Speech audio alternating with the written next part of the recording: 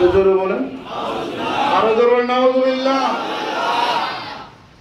আমার প্রশ্ন হলো, সে কোন দরবারের থেকে খেলাফত প্রাপ্ত পীর কমিলেন, যদি তার সিলসিলায় যদি হাজী ইমদাদুল্লাহ মুহাজির মক্কির সিলসিলা গ্রহণ করে, রশিদ আহমদ গঙ্গোহীর সিলসিলাকে সে গ্রহণ করে, তাহলে তার ঊর্ধ্বতন শায়েখ খাজা গরিবে নওয়াজ, চিশতিয়া তরিকা।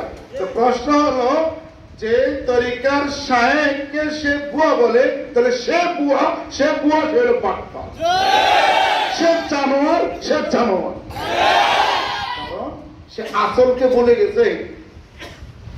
শুনছি সে নাকি মুহাদ্দিসি করে, প্রিন্সিপালে করে, মোহতামগিরি করে। তো তার করা উচিত সিরাজটা ভালো করে বোঝা উচিত। কেমনে? মানিদ্দা বেগায়ে আবি আবান ফাকাত কাফারা, মানিদ্দায় মানিত্তাসাবা, যে তার বংশকে পরিবর্তন করে, যে তার বাবাকে অস্বীকার করে, আল্লাহর নবী ইরশাদ ফরমান, সে কাফের। ইসলাম পাইছেন এই দেশে ওলি আল্লাহর উসিলায়, বিশ্বত যার আবেদন, তিনি হচ্ছেন খাজা গরিবে নওয়াজ। কে? জোরে বলেন না কে? খাজা গরিবে নওয়াজকে যে লোকটা ভুয়া বলছে, সে আদতে সে মুসলমান না।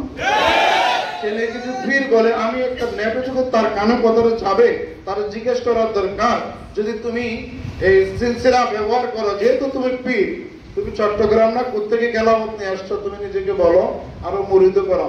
তাহলে চিশতিয়া বলো, কাদরিয়া বলো, নকশবন্দিয়া বলো, মুজাদ্দিদে বলো।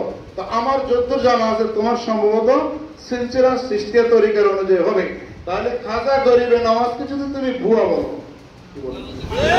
তোমার তরিকা ঠিক আছে নি? তাহলে বাপরে অস্বীকার করলে সে কি অবৈধ সন্তান না? বাস এটা মনে রাখবেন, আর কিছু কইতাম না তাহলে।